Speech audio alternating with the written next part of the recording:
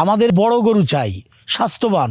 তাছাড়া গ্রামে আমাদের একটা মানিজ্যত আছে না, আমরা যদি বড় গরু না কিনি লোকজনে কি বলবে? ভাইজান, আকিকা তো দিবেন আল্লাহর খুশির লেগা, মানুষের কথা দিয়ে কি করবেন?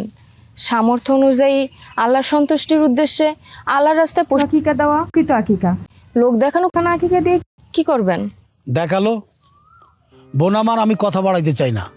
এই যে শহর থেকে আমার ভাই আসছে, এখন আমাকে সবচেয়ে বড় একটা গরু আকিকা দিতে হবে। যদি না দেই তাহলে ও কি মনে করবে বলতো? আর তাছাড়া আমি আমার ভাইরে নিয়ে পশুরাটে যাব, দেখে শুনে বড় একটা আকিকার গরু কিনবো। শেখ ভাই, আমি তাহলে এখন আসি। আচ্ছা যাও।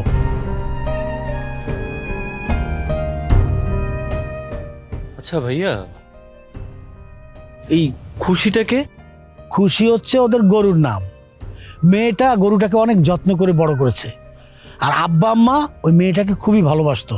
আজকে যদি আব্বা থাকতো তাহলে ওদের গরুটাই কিনতো। আচ্ছা ভাইয়া, দেখছো আমি গ্রামে আসলাম, চাচা চাচি চলে গেল হজ করতে, কে জানে আগামী বছর কোথায় থাকবো। আরে চিন্তা করিস না। কিন্তু ভাই একটা কথা বলো তো, আমি গ্রামে আসলাম, ভাবিও নাই। কি করব বল, আমার শাশুড়ির শরীর অসুস্থ, তোর ভাবি ছাড়া তার আবার কেউ নাই, সেই জন্য তাকে দেখাশোনা করার জন্য চলে গেছে। সেটাও ঠিক। তো চল, অসুবিধা নাই,